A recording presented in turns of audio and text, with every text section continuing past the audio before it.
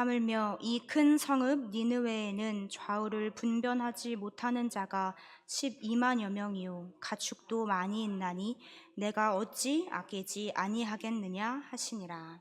아멘. 사랑하는 성도 여러분, 이번 한 주간 잘 지내셨는가요? 세상 속에서 열심히 믿음으로 살아내시느라 많이 고단하셨을 텐데, 집에서 편안히 쉬고 싶은 마음도 굴뚝 같으셨을 텐데, 그럼에도 불구하고 오늘 주님의 보좌 앞에 나오신 여러분께 세상이 절대 줄 수 없는 하나님의 위로가 함께 하시길 소망합니다. 우리가 금요 심야 예배에 나오는 이유는 명확합니다. 내가 내 힘으로 할 수 없다는 것을 고백하기 위함입니다. 주님, 내 생각과 내 뜻대로 살았더니 정말 피곤하기만 합니다. 머리가 아프기만 합니다. 주님의 말씀으로 나를 채워주시고 기도의 자리에서 다시 일어설 힘을 주시옵소서. 이 간절한 마음으로 우리가 이 자리에 나와 있는 줄 믿습니다. 사랑하는 성도 여러분, 그렇지만 우리가 하나님 말씀대로 살아가려고 애쓸 때 늘 기쁨과 감사만 넘치면 얼마나 좋을까요? 솔직하게 우리가 신앙생활을 하면서 가장 힘들 때가 여러분은 언제이십니까? 눈앞에 있는 고난, 당연히 힘들죠. 그런데 저에게 진짜 힘든 것은 하나님의 말씀에 순종하기 너무나 어려울 때입니다. 하나님의 말씀이 내 머리로는 이해가 가지만 내 가슴에 와닿지 않고 그 말씀대로 살아가기 어려울 때가 있습니다. 내 상식과 기준에는 A가 맞지만 하나님은 자꾸만 B라고 말씀하십니다. 내 감정으로는 그 사람을 사랑하기는커녕 쳐다보기도 싫은데 성경은 원수를 사랑하라, 7번씩 70번을 사랑하라 말씀하십니다. 또 내 형편을 보면 지금은 움켜쥐고 내 미래를 대비해야 할 때인 것 같은데 주님은 자꾸만 나눠줘라, 내어 맡겨라, 순종하라 라고 말씀하십니다. 그럴 때 우리 마음속에는 참 여러 가지 갈등이 일어납니다. 머리로는 아멘 해야 할 것을 알지만 가슴이 따라주지 않습니다. 말씀이 내 삶에 와닿는 것은 이렇게 쉽지 않습니다. 오늘 이 자리에 나오신 성도 여러분들에게도 이런 마음의 답답함을 갖고 계신 분들이 있을 것이라고 생각합니다. 하나님의 뜻이 무엇인지는 지금까지 오랜 신앙생활을 하면서 성경 말씀을 듣고 읽고 또 설교를 들으면서 대충은 알 것 같은데 도저히 내 마음에 용납이 되지 않는 것, 말씀 따로 내 삶 따로 흘러가고 있는 이 상태 말입니다. 성경에 나오는 사람들도 보면 그저 우리와 다를 바가 없는 사람들인 것 같습니다. 오늘 우리가 읽은 본문에는 순종을 안 하다 못해 하나님께 핏대를 세우며 분노를 하고 있는 한 사람이 등장합니다. 바로 요나입니다. 우리는 보통 요나라고 하면 물고기 뱃속에 들어간 이야기 정도로 기억합니다. 요나가 물고기 뱃속에 들어가서 회개하고 나와서 니느웨에 복음을 전했더니 니느웨가 회개 운동이 일어나고 하나님께 돌아왔다. 맞습니다. 그런데 요나서를 자세히 들여다보면 이보다 훨씬 더 섬세하신 하나님의 손길이 곳곳에 숨어 있다는 것입니다. 함께 이 요나서의 말씀을 깊이 살펴보길 원합니다. 요나서 1장 1절은 이렇게 시작합니다. 여호와의 말씀이 아미떼의 아들 요나에게 임하니라.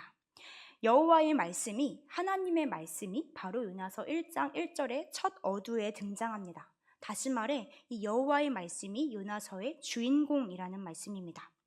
하나님의 말씀이 요나에게 임하지 않았더라면 이 요나서는 쓰이지 않았을 것입니다. 우리는 내 힘으로 살아가는 것처럼 보이지만 하나님의 말씀이 없다면 우리는 정의될 수 없는 존재입니다. 창조주가 있을 때 비로소 우리 피조물은 정의될 수 있습니다. 그런데 인간은 참 미련한 존재들입니다. 하나님의 말씀과 이 요나의 생각이 너무나 다르게 충돌합니다. 하나님이 말씀하신 이 니느웨는 이스라엘의 오랜 적이었습니다. 이 이스라엘을 잔인하게 괴롭혔던 원수의 나라였습니다. 그런데 하나님께서 이 니느웨에 복음을 전하라고 하자 그는 도망가려고 합니다. 그래서 1장 3절의 요나는 여호와의 얼굴을 피해서 다시스라는 곳으로 도망갑니다. 하나님이 가라고 했던 이 니느웨는 동쪽이고요. 이 요나가 도망쳤던 이 다시스는 서쪽의 끝, 스페인 끝으로 향하는 다시스였습니다. 정확히 180도 다른 방향으로 최대한 멀리 그 끝으로 도망친 것입니다. 이 청개구리 같은 모습, 이 모습이 바로 하나님의 주권을 거부하고 내 마음이 원하는 대로 가겠다라고 고집을 부리는 우리의 솔직한 모습이라는 것이 바로 이 요나서 1장 초반부터 나타납니다. 그렇게 요나는 하나님의 얼굴을 피해서 다시스로 가는 배를 타고 그 중에서도 배 밑창 깊은 곳에 내려갑니다. 요나는 무엇을 했을까요? 잡니다. 참 태평하죠? 아마 안도했을 것 같아요. 이제 니느웨로 가지 않아도 된다고 하는 그 마음이 있었을 것 같습니다. 그런데 하나님께서 그런 요나에게 아주 큰 선물을 준비하셨습니다. 바로 큰 바람. 큰 바람을 바다 위에 내리게 하신 것입니다. 말씀에서는 4절에 보면 큰 폭풍으로 배가 거의 깨지게 되었다라고 나와 있습니다.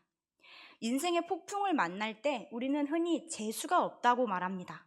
하지만 믿는 자, 아니 모든 인간에게는 우연은 없습니다. 내 힘으로는 통제할 수 없는 폭풍이 내 삶을 흔들 때 여러분 이렇게 생각하십시오. 아, 하나님이 나를 주목하고 계시는구나. 이것을 깨닫는 은혜가 있으시길 바랍니다.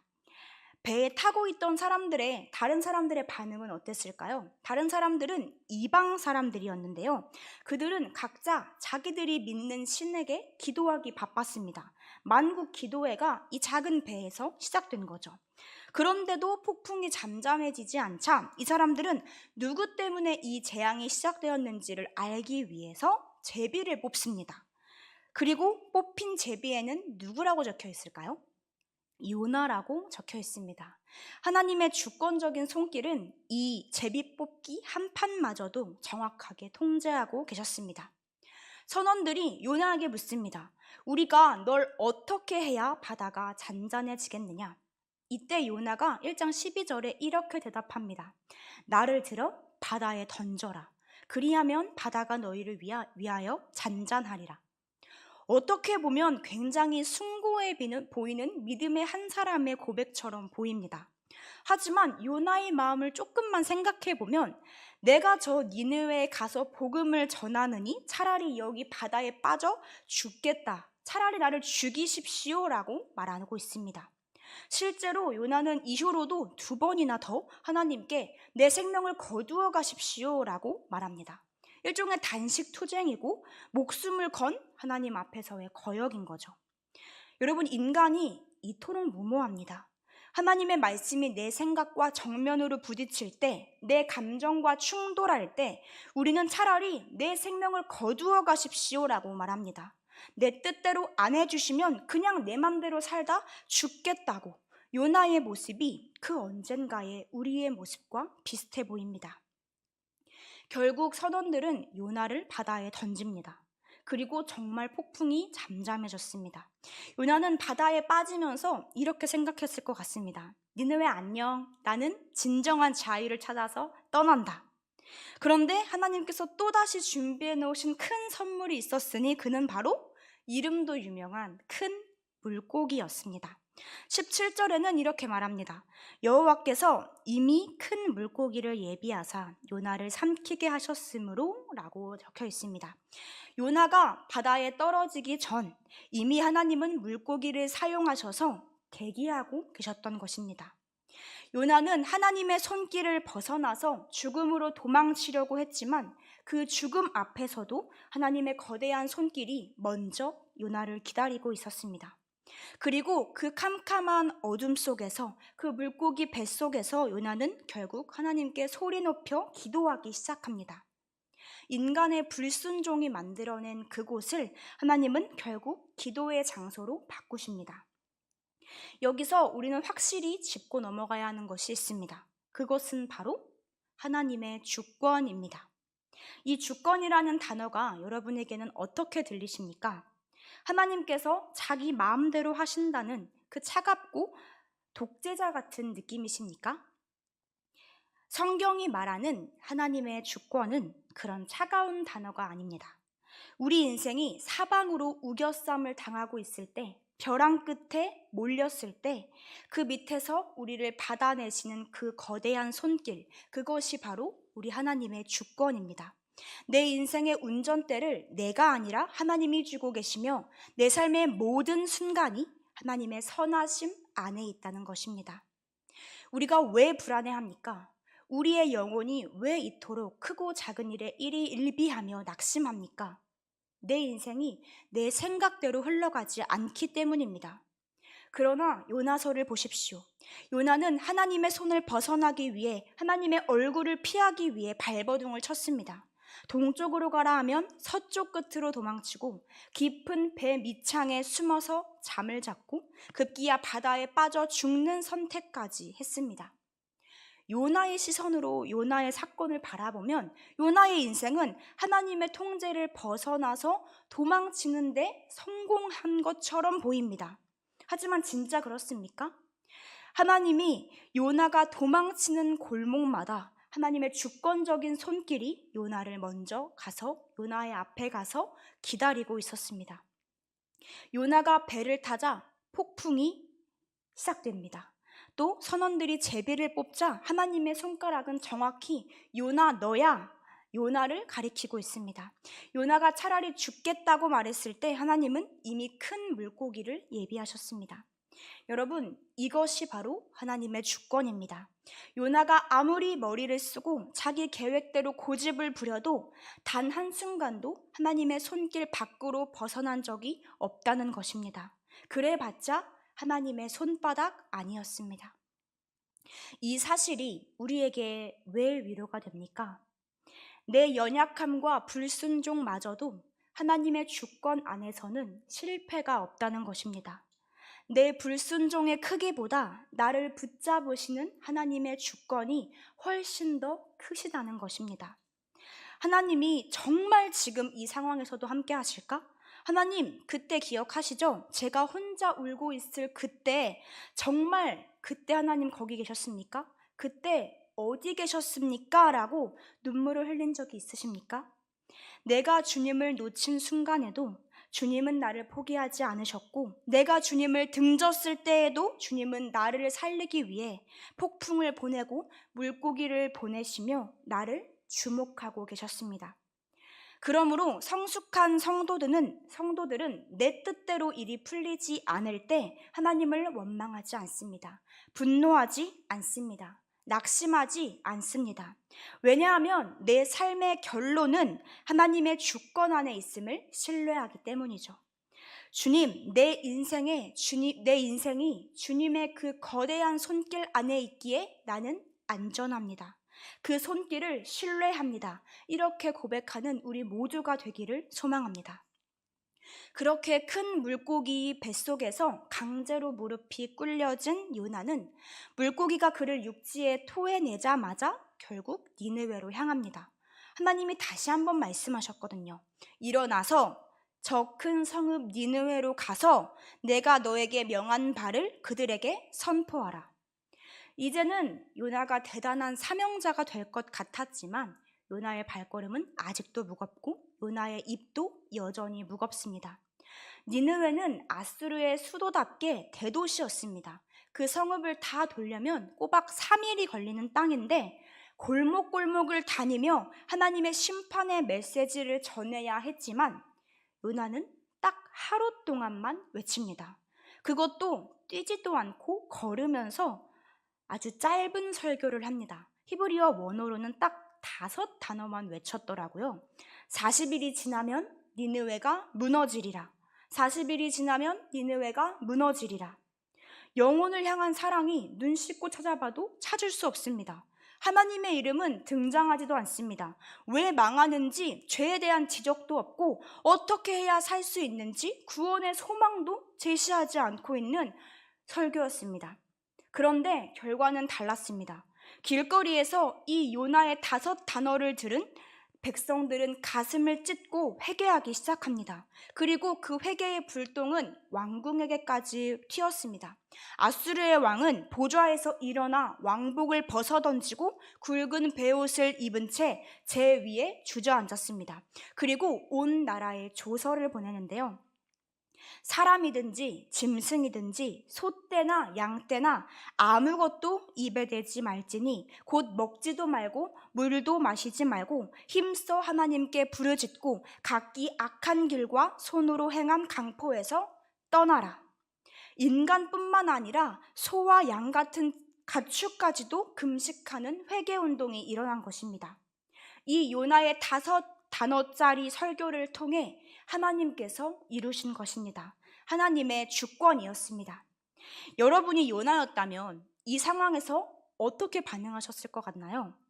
제가 요나였다면 그 모습을 보고 두 손 두 발을 다 들었을 것 같습니다. 하나님, 항복. 그런데 4장 1절에는 이렇게 말합니다. 요나가 매우 싫어하고 성내며. 네, 여러분, 두 손 두 발을 들기는커녕 하나님, 내 이럴 줄 알았습니다. 내가 이 꼴 안 보려고 그렇게 도망쳤던 거예요. 하나님은 워낙에 은혜롭고 자비로우셔서 저 인간들을 용서해 주실 줄 내가 진작에 알고 있었습니다. 3절에서는 또다시 내 생명을 거두어 가소서, 내가 사는 것보다 죽는 것이 내게 나음이니이다 라고 말합니다. 인간의 본 모습을 너무나도 적나라하게 보여줘서 부끄러울 지경입니다. 너무나 지독한 불순종 아닙니까? 그런 요나에게 하나님은 이렇게 물으십니다. 4절 말씀입니다. 네가 성내는 것이 옳으냐? 요나야, 너가 지금 그렇게 화를 내는 것이 정말 정당하냐? 아버지의 물음에 요나는 대답도 하지 않고 성읍 동쪽에 초망을 짓고 털썩 주저앉습니다. 어디 니느웨가 망하나 안 망하나 두고 보자 하며 끝까지 심술을 부리고 있습니다. 하나님은 그런 요나에게 박넝쿨을 예비하십니다. 하나님이 뜨거운 햇빛을 가려줄 박넝쿨 하나를 선물로 주시니 요나는 어떻게 했을까요? 언제 그랬냐는 듯이 크게 기뻐했다고 성경은 기록합니다. 이것이 요나의 수준입니다. 이것이 나의 수준이고 우리의 수준입니다. 내 마음에 안 들면 당장이라도 인생이 끝날 것처럼 내 삶에 대들다가도 내 삶에 유익이 되는 순간이 오면 박넝쿨 하나가 주어지면 금세 기뻐하는 얄팍한 본성입니다. 하나님은 다음날 새벽 벌레를 예비하셔서 이 박넝쿨을 갉아먹게 하십니다. 그리고 뜨거운 동풍을 불게 하셔서 박넝쿨을 시들게 하십니다. 그러자 요나는 또다시 부르짖습니다. 사는 것보다 죽는 것이 내게 나음이니이다. 하나님이 다시 물으십니다. 너가 이 박넝쿨로 말미암아 성내는 것이 어찌 옳으냐? 요나가 대답합니다. 내가 성내어 죽기까지 할지라도 옳으니이다. 오늘 본문 4장은 바로 이 이야기를 하고 있습니다. 4장의 제목은 요나의 분노와 하나님의 자비입니다.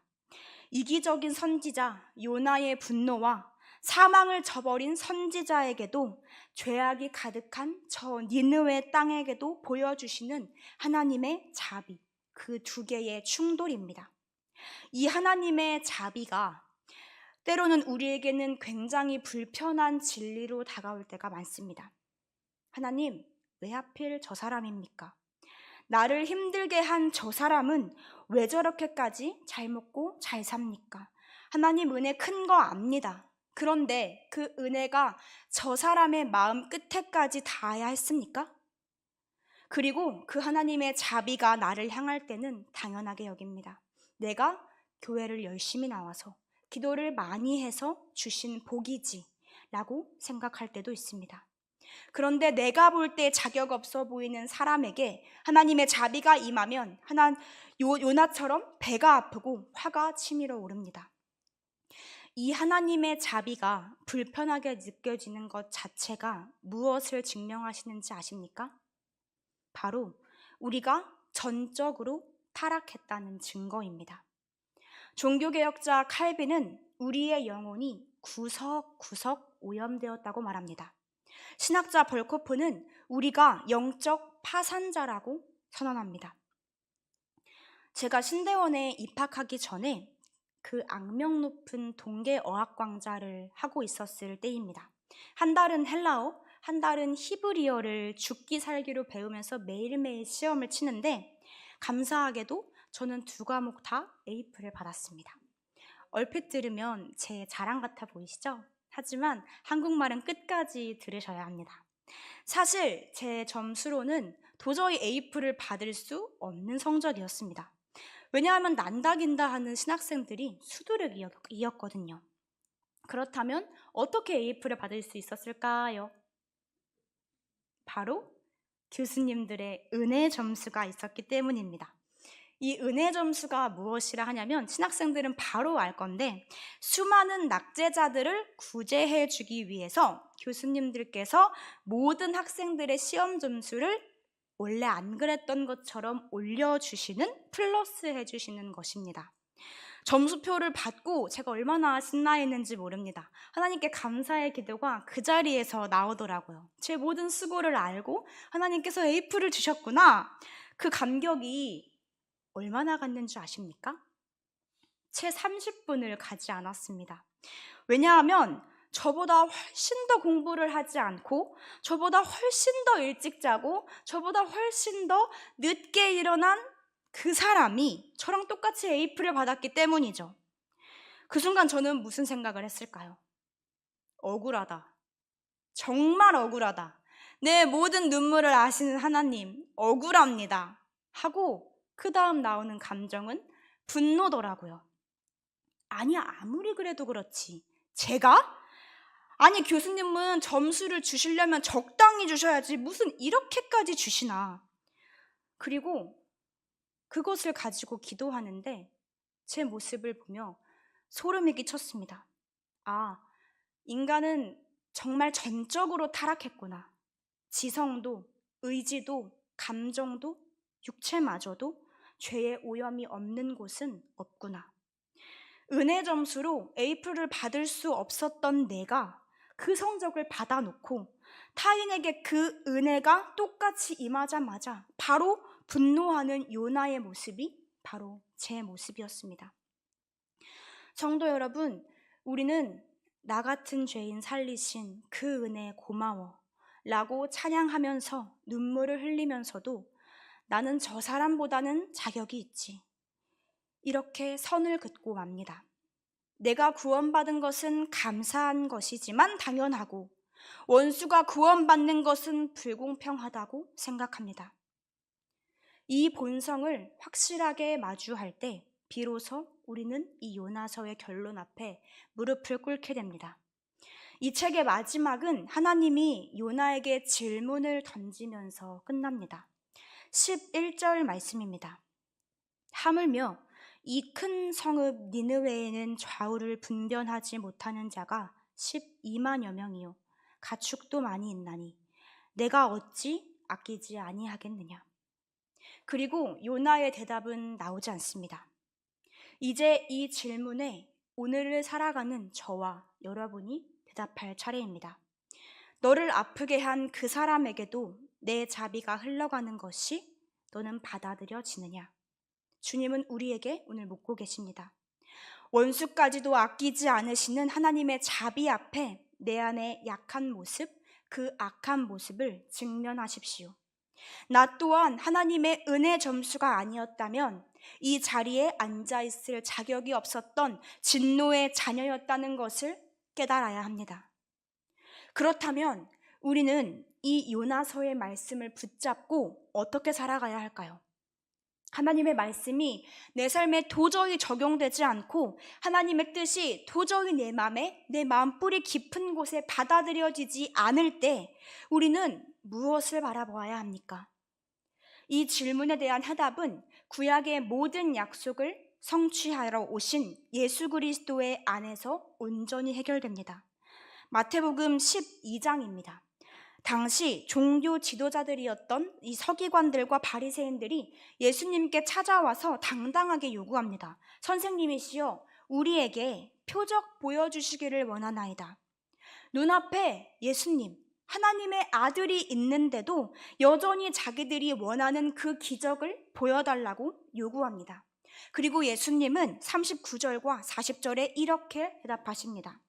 예수께서 대답하여 이르되 악하고 음란한 세대가 표적을 구하나 선지자 요나의 표적 밖에는 보일 표적이 없느니라.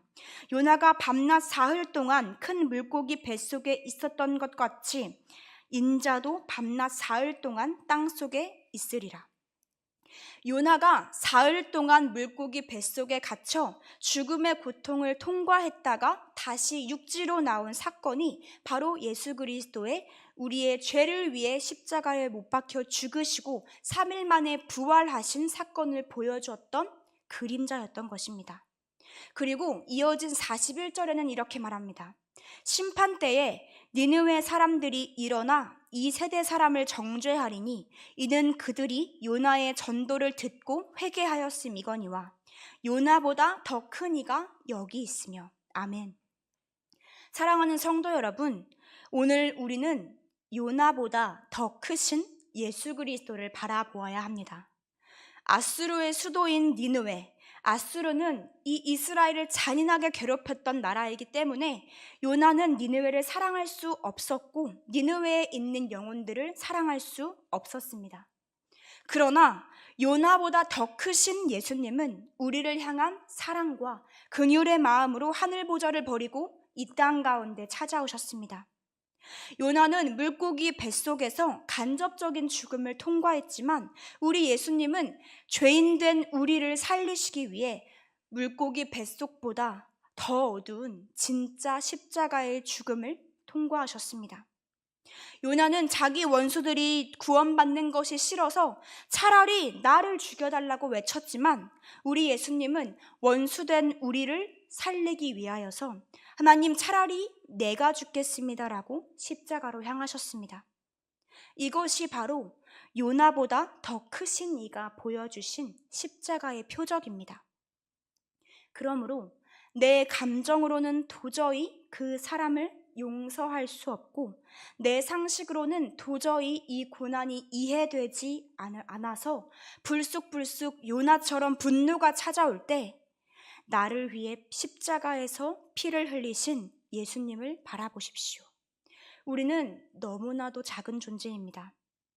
하나님의 그 크신 뜻을 헤아리기에 우리 머리는 너무나 작습니다. 그저 나 같은 죄인을 살리기 위해 하나뿐인 아들을 내어주신 하나님의 자비로움을 신뢰함으로 순종의 자리로 나아가시는 저와 여러분이 되기를 소망합니다. 기억하십시오. 우리는 하나님의 거대한 손길 밖으로 절대 벗어날 수 없는 피조물입니다. 우리가 객기를 부리고 도망쳐봤자 우리는 하나님의 손바닥 안에 있습니다. 그리고 이것은 너무나도 감사하게 나 같은 죄인에게 자격 없는 은혜 점수를 주시어 구원하신 사랑의 손길입니다. 이 밤에 요나와 또 요나 같은 나를 살려주신 그 예수 그리스도, 내 뜻대로 되지 않는다고 분노했던 그 마음, 하나님을 원망했던 그 마음을 회개하길 원합니다. 내 기준에 자격이 없다고 정죄했던 겸손하지 못했던 마음을 십자가 앞에 내려놓읍시다. 하나님의 주권과 그 자비 앞에 내 삶을 온전히 맡길 때 우리의 모든 근심은 사라지고 또 그 하늘의 평화가 진정한 순종의 능력이 우리에게 시작될 것을 믿으시길 바랍니다. 오늘 이 기도의 자리가 그런 자리가 되기를 간절히 소망합니다. 함께 기도하겠습니다. 하나님 아버지, 한 주간 피곤하고 지친 심령으로 살다가 주님 보좌 앞에 나왔습니다. 돌아보니 우리가 요나와 다를 것이 없었습니다. 내 생각과 다르다고 도망쳤고 하나님께 원망하고 전적으로 타락했던 죄인이 바로 나였습니다. 하나님, 오늘 말씀을 통해 요나보다 더 크신 예수 그리스도를 바라보길 원합니다. 우리를 위해 죽으신 그 값없는 은혜를 우리에게 허락하신 주님의 사랑에 압도되어서 사랑하지 못하는 그 사람을 사랑하게 하시고 이해되지 않는 그 상황을 믿음으로